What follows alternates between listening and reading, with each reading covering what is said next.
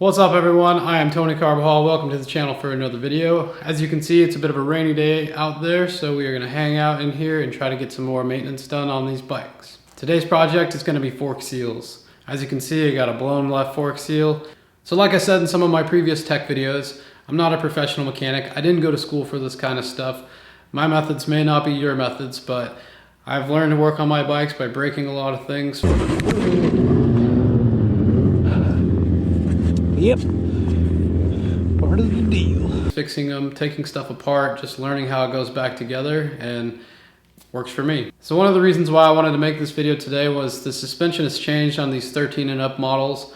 The 09 through 12 I've done a lot of, but when I try to look for information on this setup, there wasn't a lot out there, and it's a really popular bike amongst a lot of riders, so I figured may as well make a video, throw some information out there. Hopefully it'll be useful to some of you guys. I've ordered up a handful of brand new parts. I've got brand new dust seals, brand new oil seals, brand new collars, O-rings, fresh fluid, all that good stuff. So what we're gonna do is less talking, more wrenching. I'll kind of walk you guys through a little bit of the process on this stuff and explain things the best I can. Stay tuned.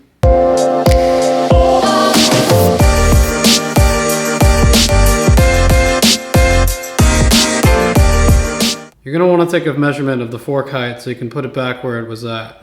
I use a micrometer for this. So this is one of the special tools that's needed for the job. It's made by Tech.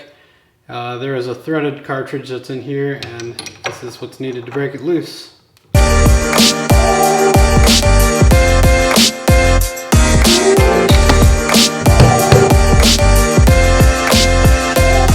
Next, this little circlip's got to come out.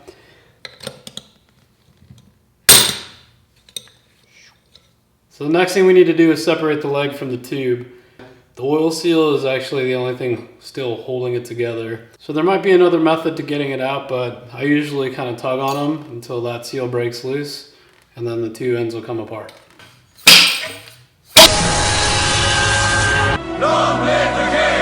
Kind of like that. Well, so now you can see we got a couple different collars on here. This one looks like it's pretty wore out. There is a washer. You got to make sure that the flat side goes down towards the oil seal, and then the beveled edge is towards the top where these collars are at. Collars can be a little tricky to get on. They're pretty tight.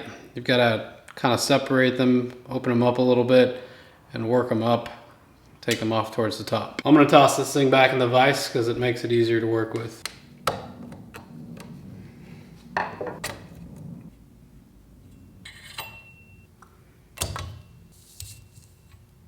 So now that everything's apart, it's really important to clean the crap out of everything, inspect everything, look for any imperfections in the tube, anything that might tear those new seals. So these bigger bushings are a little harder to tell with the wear and tear on these guys. They look pretty good from the exterior, minus the gap from trying to pry it off. But the way to tell with these guys is on the interior side. You can see this thing's a nice solid color all the way around the inside ring. You look at this guy, it's two different colors. You can tell it's definitely worn. It's seen some better days, so time to let this guy go and pop this one in. So here we have the old fork seal, a little worn out, obviously leaking. Here we have a brand new fork seal. This thing's ready to go in. Just get rid of the old one. So we're gonna start to reassemble this fork. The dust seal needs to go on the oil seals, then all the bushings and everything else. But first, there are sharp edges on this where those bushings go on that catch the seals that can tear them.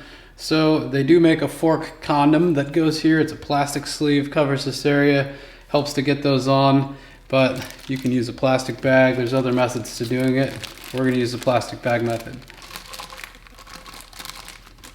Helps to put a little bit of grease on the inside edge of the seals, helps them slide on real nice. So I rotate just a little bit, so helps if you start catching any edges. There we go, dust seal's on. So after our dust seal goes this clip, it's gonna hold the fork seal in its place. So another method besides the plastic bag or the plastic sleeve here, I saw a guy use electrical tape to tape around the rough edges. I already lubed up this oil seal with a little bit of lube on the inside, helped it slide a little better. There is a cupped side on this side that is going to be the top, it's gonna face up. This is more of a flat side, it's going to go face down.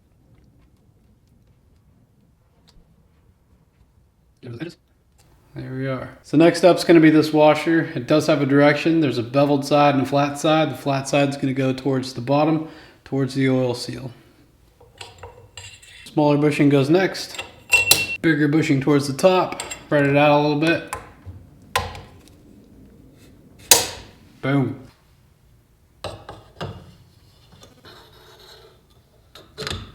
Next tool you're going to need is going to be this fork seal driver.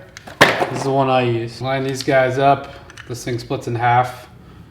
Lift the tube, leave the seal into its place here. Get that guy there. Spin that so it can't come apart. The other hand, you're going to want to lift this. Hold your dust seal, hold your ring up top. Make sure this fork tube is planted on a pretty firm surface somewhere. Then you're going to give it some taps so you get that fork seal down into its place. You have to take a look down in there, see if you can see the groove where the clip snaps into place. And if you can see that groove, the fork seal is down far enough and you'll be able to get that clip in. It helps to have a good pair of snap ring pliers. These ones are junk and it makes it kind of difficult, but they'll do the job. You know this thing's in the right place if you hear it click into its groove. Just like that. Next we got to seat this dust seal into its position. I'm still going to use a fork seal driver for it. Just lightly tap it into position. Spin it around and inspect it. Make sure it's all evenly seated. Alright, now that our fork leg and fork tube are back together, we can put the spring back in.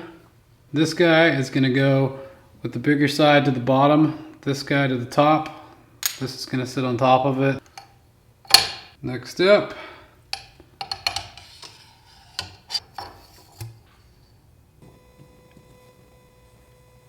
So we're going to be using this 5-weight fork oil from Motul. I really like Motul's products. They make some quality stuff. Time to gather some information. So one of the things I found super helpful was a website called manualslib.com. On Manualslib, there's a ton of service manuals for a bunch of different bikes, a bunch of different things actually.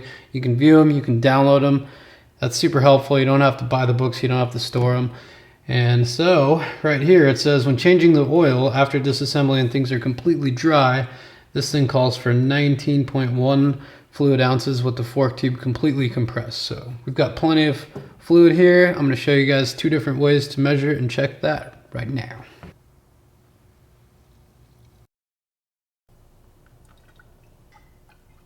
You got to pump it up and down so you can get the air out of there.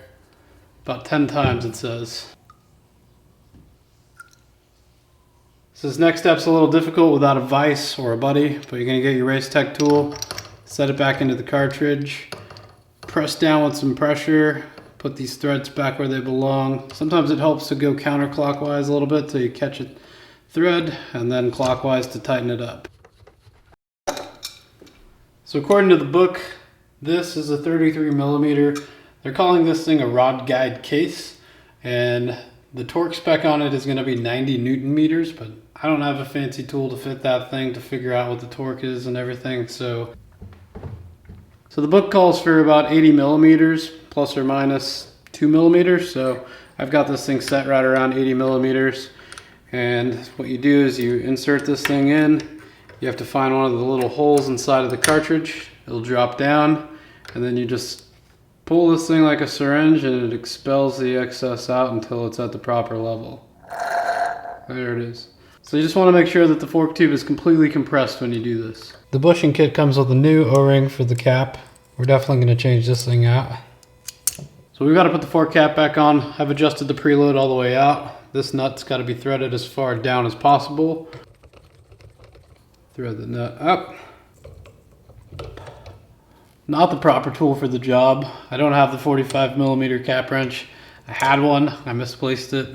This is what I found to use right now. So if you want, in the manual, like I showed you, manualslib.com, there's torque specs for all this stuff. You can find it there.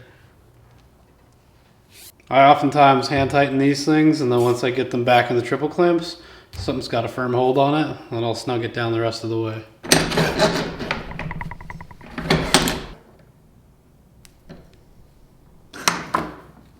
I made a little mark here to remind me the position that these were in when I first took them apart. So the right side fork tube is very similar in some ways. You're gonna have to back off the cap.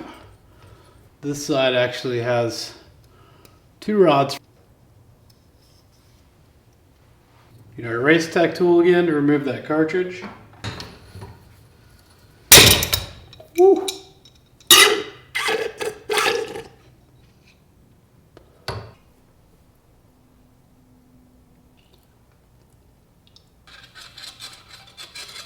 My seals on the right side tube were good. All I did was take things apart so I could replace those bushings.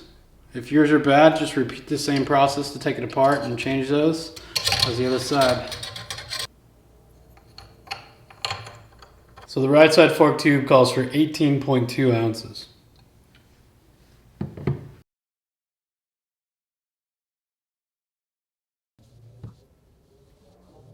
The ring on this cartridge is pretty clearly wore out. It's really loose, just sitting there. So we're gonna take this thing off, get rid of it.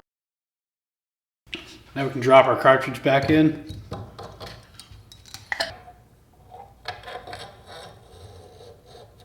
We're gonna push the piston and the cartridge in slow, try to get some of those air bubbles out. Now we can reinstall the dampening and compression rods. Got another O-ring here on the cap, need to get rid of.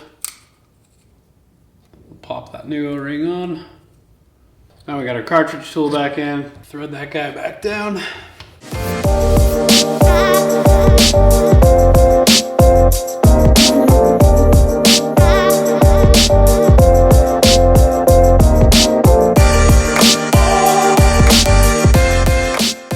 So everyone's got their own setup, but the stock setting is about 4.5 clicks out from fully clockwise. 1, 2, 3, 4.5. So the standard for the compression side is about 6 turns out from full clockwise. So the left side fork tube is a spring preload adjustment. The stock setting, its standard, is 5 turns in from fully counterclockwise. I put a piece of tape there so we know where our start mark is.